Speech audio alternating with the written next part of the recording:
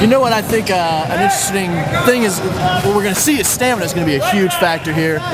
This is the final game, the final day. It's going to be incredibly difficult to keep these high-pace throws up.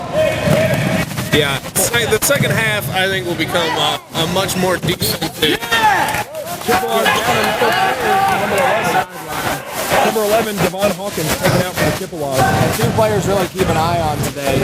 Probably the biggest arms for either team, I would say. Number 9, Eric Sweet, Central Michigan's alternate captain. And number 4, the Grand Valley, Josh Stevenson. They just had a sick cannon going in their game, their last game against Central Michigan. Two players to keep an eye on there. Now, with you having some previous coaching experience, Jay, at this point in the game, what do you do to protect your star players? Some people would think, oh, well, you know, just hit them hard and fast at the beginning with all your power players, but then you run the risk of maybe losing some of those strong players later, like Ben was saying, to stamina or even possibly injury. So where does the wisdom lie as far as your roster? Having people push themselves, you're completely shot and just going to push themselves as hard as they possibly can. Okay.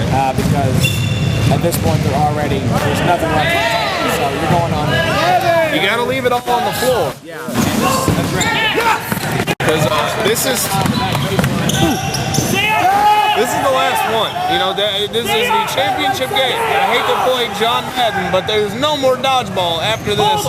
We are in a couple months. Yeah, we got the labor dispute handled.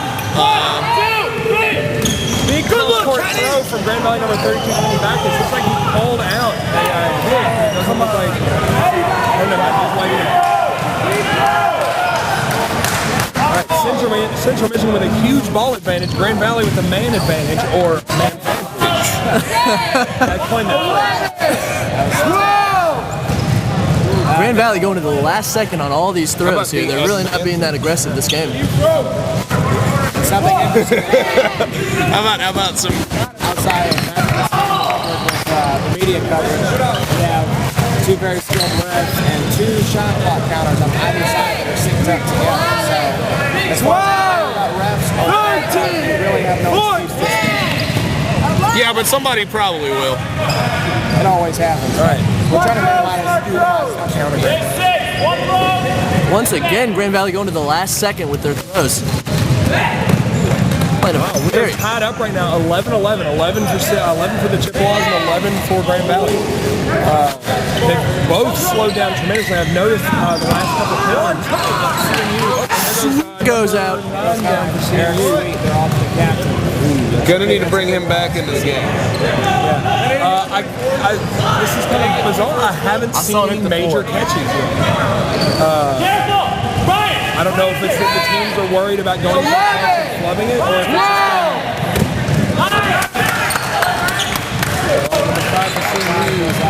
James looking like that was a good example of sportsmanship right there. He looked to the ref, but there was no call. He chose to go out. In that specific situation, the ref was actually still looking at Grand Valley, so he looked to see if maybe the ref that Sylvain Henn was going to call it off. He knew he'd been hit and he was out. The Chippewas are one of the few teams this whole, at least one of the teams this late in the game, I haven't heard about any real major altercations between any of the teams. Guys just play dodgeball. Yeah, it seems like they do a pretty good job of calling off. Nice catch. Big catch. It's going to bring Fisher back into the game. And with Fisher back in the game, now they'll be able to mount a little bit better attack with Fisher having one of the really hard arms of the team. Yeah, they need to get a little bit of offense happening here. That was Justice Slater. Make sure they're staying off the line a few feet. Oh! Good. It was a block. Oh, it was a block. Sorry, I was not watching. Yeah, excellent block though. Ball came in low and he got down on it. All right, number 6 Benny Hurley leading this attack.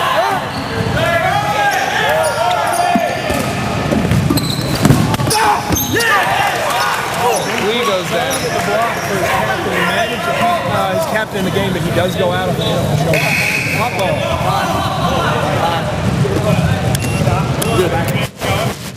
Yeah. Back up. Baseline. Baseline. Yeah, I got it. You got the buzzer? Yep. Give me. Fantastic job by Zach here.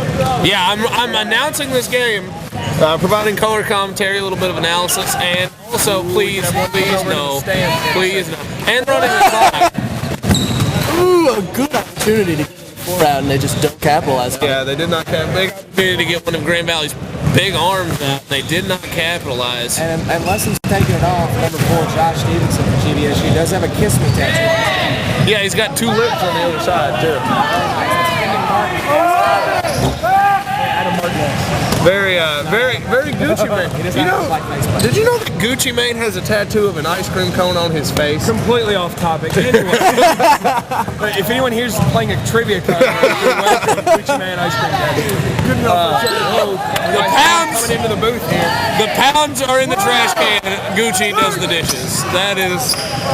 That's the most important thing from today's coverage of the NCDA National Championship. Solid throw. Let's get to work, TV! And that's the table. Oh boy. That wasn't pretty. No. Ladies and gentlemen, we'd like to thank our sponsors, Madden Co. Incorporated. No, okay. Nice. You're making up another one. Madden Co. Incorporated, there to provide all your tire sales, truck stop distribution needs. As well as Baymont Inn and Suites providing lodging for, I believe, most, if not all, of the visiting teams here. We much appreciate them putting all of them up. Get him. Grand Valley is just picking them apart this time.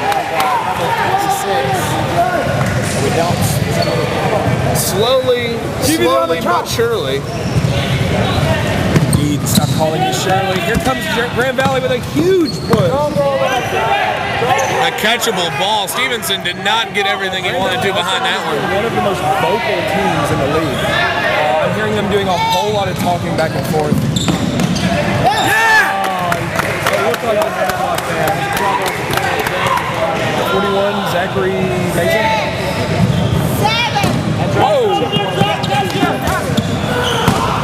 Over the line, number 4. Stevenson goes down. Very angry, judging by the 4-letter word he chose for that particular song.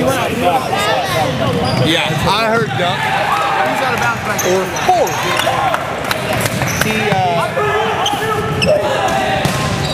We're down to 3 Right, now, 2 CMU players.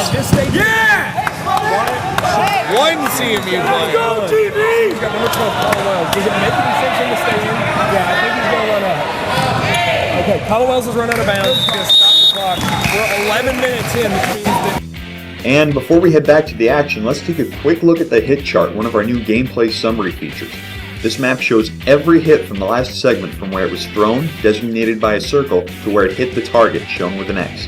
As you can see here, Central Michigan was pretty one-dimensional as far as production was concerned. Most of their hits came from one particular corner. Now you'll often see that when playing a team from Michigan. As Zach Newton mentioned earlier, this is a staple defensive pattern for teams like Grand Valley State.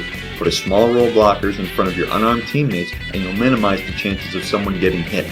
Moving on to the Lakers, you can see movement up and down both sidelines. That indicates that they're hitting players in transition, hitting people in lineup situations, as well as on counterattacks. They also have a few diagonal lines on their chart showing some cross-court shots.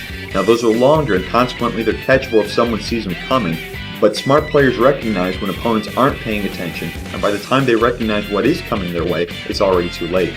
1-0 Lakers halfway through the first. We'll be back after the jump.